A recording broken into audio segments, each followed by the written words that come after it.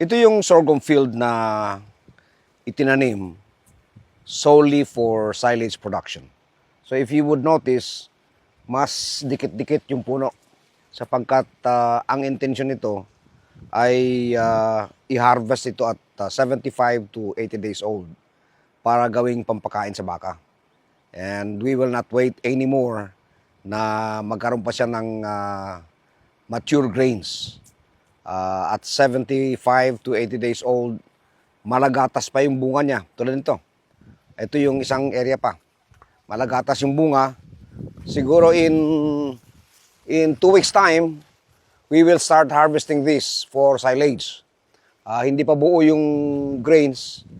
At pag nabuo, na malambot na siya at palagatas, saka na natin i-harvest.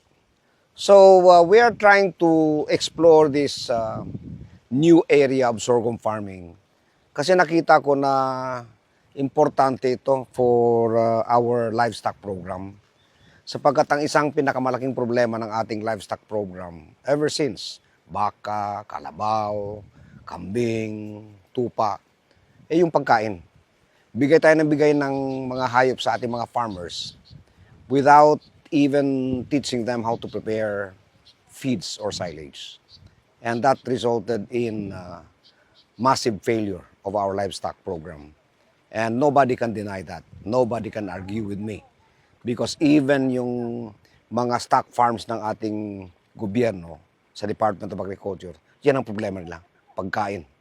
So, hopefully, by exploring the potentials of sorghum as silage para sa ating mga baka, kambing, kalabaw at tupa, we will be able to boost our livestock industry in the country.